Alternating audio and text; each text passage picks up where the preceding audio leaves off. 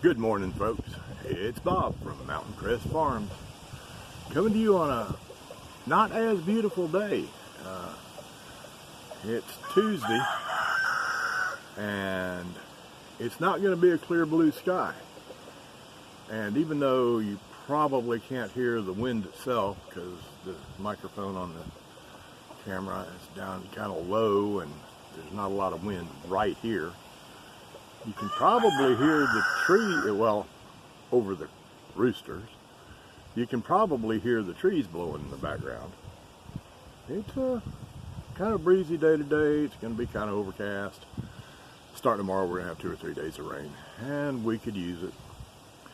Last year was the wettest year on record in Georgia, and I was so sick of rain. And then this year started off looking the same way. January is the wettest year of the month here in the southeast. I don't know about where y'all live, but historically January is the wettest year of the month. But after the year we had last year, I was ready to see some dry ground. And January was January. It was a wet year, and February started the same way. Started getting a little bit better in March, and now we've had enough dry days now that these next 2 or 3 days of rain, and I don't think it's going to be real bad rain, just showers and good rain for a garden, okay? We could use it, so I'm not going to complain. But today's not the beautiful blue sky day that we've had the last couple of days, although it is a beautiful day. I'm talking to y'all. Y'all are watching me. That means y'all and I both woke up this morning, so that makes it a good day. As long as I'm got my eyes open, my heart's still beating, and my lungs are still pumping, it's a good day. Everything after that is just a bonus. But I'm surprised, y'all. I came out here today with a topic. I had a topic when I woke up at 4:30 this morning. No, it was not, why did I wake up at 4:30 this morning? That might be a good topic for another day, though, on days I do wake up so early. No, topic today was, why in the world do we have so much trouble saying no? I'm not talking about have trouble saying no to our kids, although this day and time, that's an issue. Not enough kids are told no. I'm talking about having trouble saying no in general. A friend calls and says, hey, you want to go have a cup of coffee? Sure. When you really didn't want to. You had things you needed to do. Or a friend of yours calls and says, hey, let's go have a beer and shoot a couple games of pool. Well, yeah, I guess, when really you don't want to. Or even worse, hey, let's go down to the bowling alley and bowl a few lines, when you've already told your kids that this evening we're going to do X, Y, Z. But you don't want to offend your friends, so you'll say yes, and you'll put your kids off, because you know the kids will understand. You can put them off, and they'll understand. They'll be okay. Well, no, they won't be okay because you lied to them. But that's not even where the problem starts. The problem starts with the fact that we can't say no. I don't know why. Even me. Okay, y'all know I'm kind of blunt. Got no filters, don't want any filters. Once you get outside my close circle, once you get away out of my wife, out of my stepdaughter, out of my sons, and out of my parents-in-law, bless them.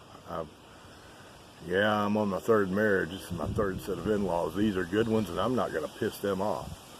So they're included in the circle. Once you get outside that circle, I can say no real easy.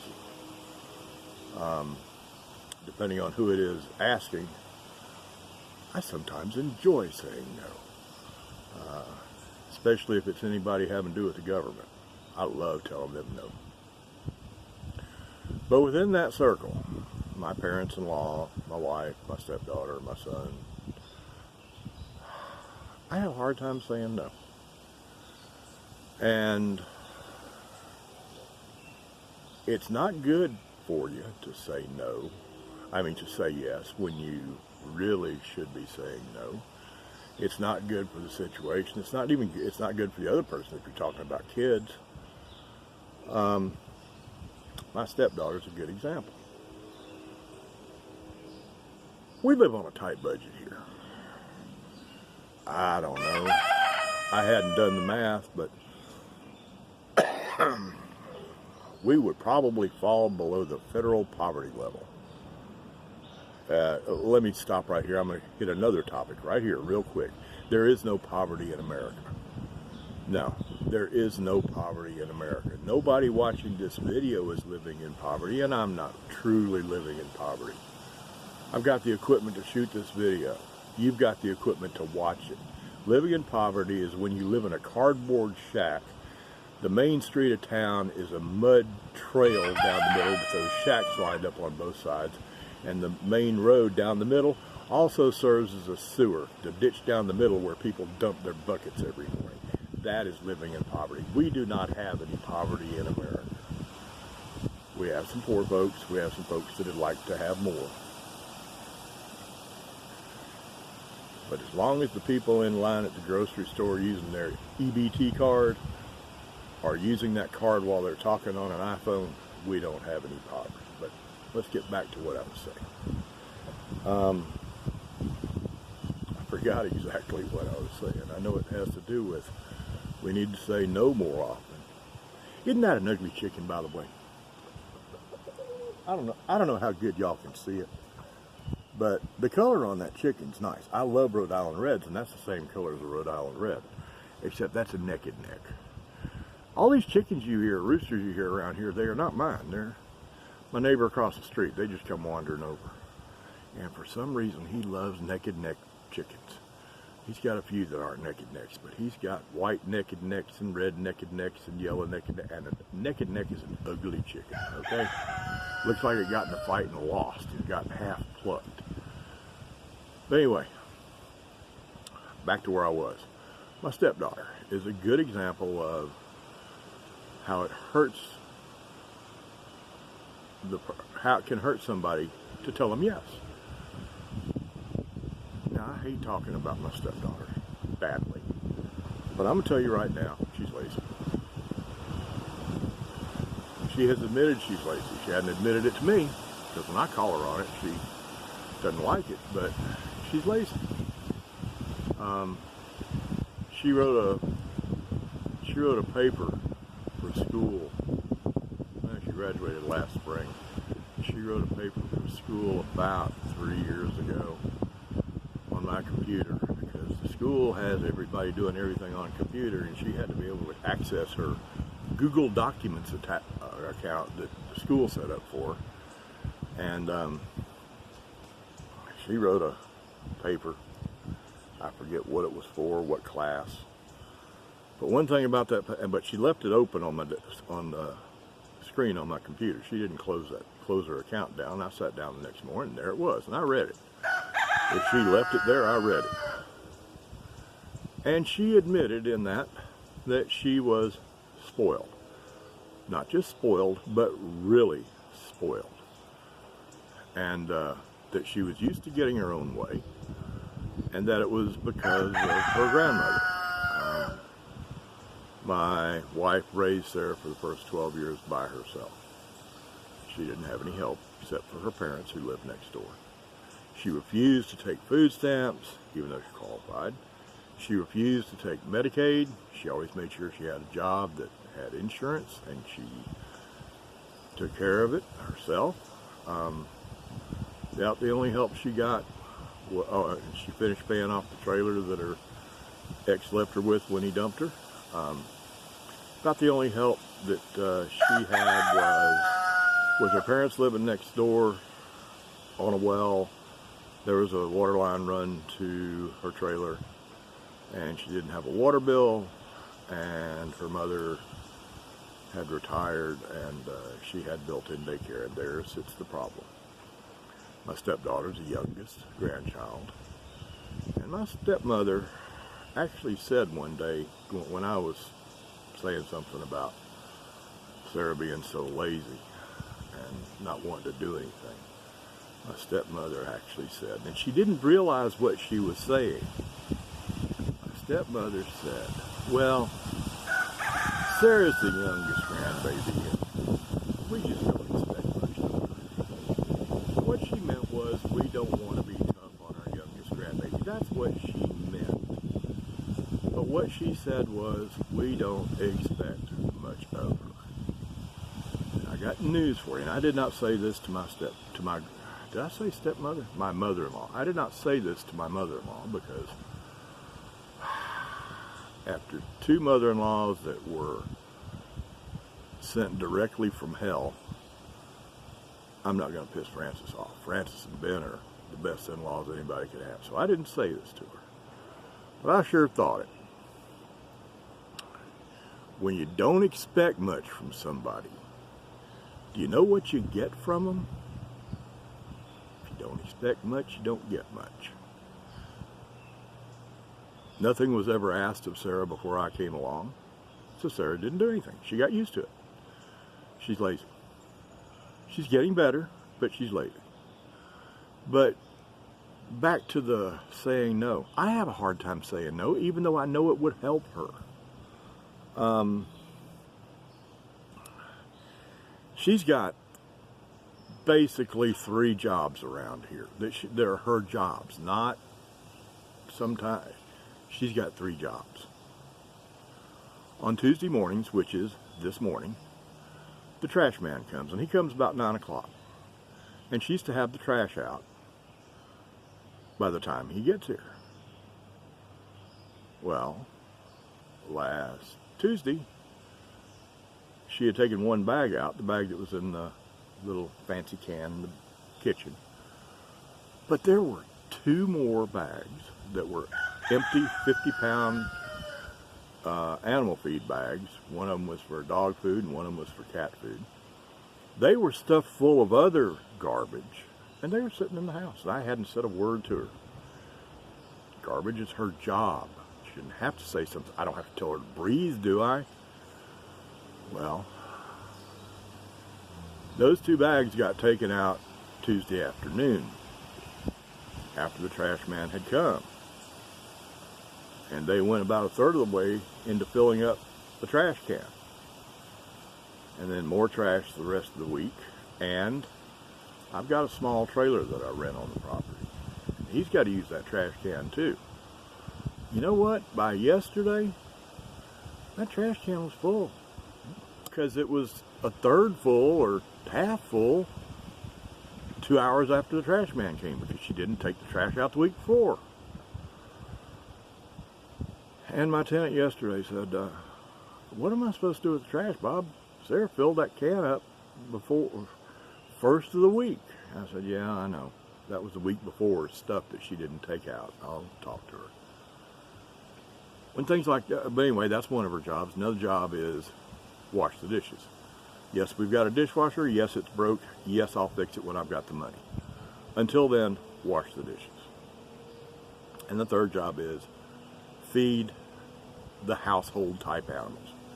Feed the dogs, feed the cats.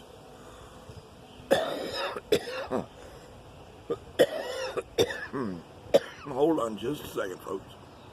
Well, I got that little coughing fit over, hopefully. But, where was I? She's got 3 jobs. Take out the trash, do the dishes, feed the animals, feed the dogs and cats. Shouldn't have to ask her to do any of them. Those are automatic. You have to feed the animals every day. You wash the dishes when there's some in the sink. Not 2 forks and a spoon and 1 plate and a bowl. When there are dishes in the sink, you wash the dishes. And when the trash bag is full in the kitchen, you take it out. real simple. Shouldn't have to tell her. Like I said, I don't have to tell her to breathe. She's got to go to the bathroom. I don't have to tell her to go potty. Those should be automatic, but they aren't. And I've gotten where I refuse to tell her to do things until it's so bad you have to. I don't tell her to take out the trash until it's overflowing, multiple bags. Don't tell her to do the dishes till there's nothing left clean. I've got a big commercial sink with three holes, like you see in a restaurant. 2 of those sinks will be full. She hadn't touched them. And the animals, Cindy stays on her about the animals because animals got to eat. Animals got to have water. So anyway, she does that, or doesn't do that. And what price does she pay? Well, I'm gonna feed her. She's my stepdaughter. And I do care about her. I love her as much as I do my son. I just hate what she does, or what she doesn't do. She's 19, she graduated last year. I'm not gonna kick her out. I'd kick a boy out. I kicked my son. No, my son kicked himself out. He informed me, he dropped out of school and informed me he was 18 and an adult and could live like he wanted to. And I told him real quick, I don't care if you're 18, 28, 38. If you live in here, this is my house and my rules. You live by them or you hit the door. He slept in his car for 3 months before he came back and decided we would live by my rules. But I wouldn't kick her out. A lot worse things happen to girls than happen to boys. I'm not worried about either one of them as far as drugs. But beyond drugs, there's still things that happen to girls that don't happen to boys, and y'all know what I'm talking about. But I can cut her back to, you've got a place to live. You've got food on the table. Beyond that, you're on your own. You want to buy fancy clothes? Go, you know, not out of my pocket, not out of your mother's pocket either. That's household money too. That's what I should do. Instead, I do things like, well, we live on a small amount of money. We live good. Frankly, I think I'm the richest person I know. Wealth has nothing to do with money. But I think I'm pretty rich. But we watch our pennies on, let me put it this way, we don't eat steak 3 times a week. We eat steak at least twice a month. She'll do things like leave the trash, not wash the dishes, and then she'll say, steak sure would be good. And I'll say, well, maybe the first of the month, maybe when I get my Social Security check. But then I'm at Walmart the next day buying steak to grill out. Steak that's going to make the budget run tighter the rest of the month. Or like last Tuesday, she won't take the trash out until after the trash man's come. And then when she takes it out, it fills up the can, which makes it hard on the tenant.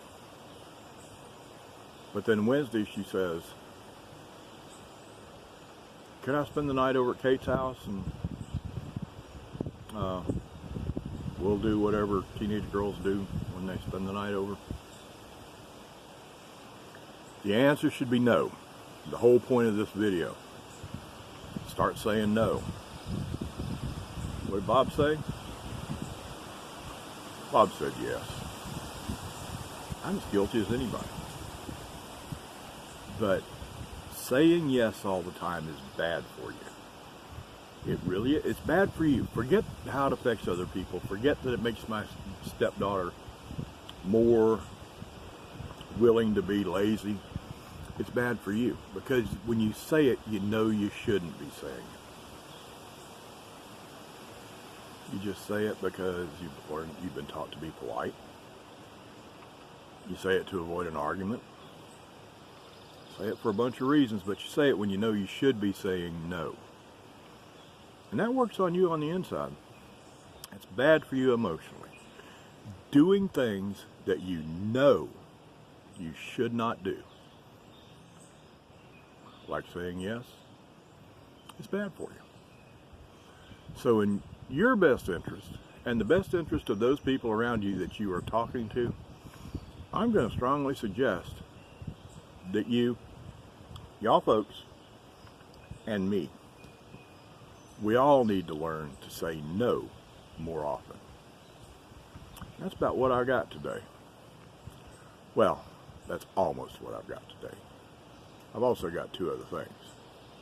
One, the tomb was empty.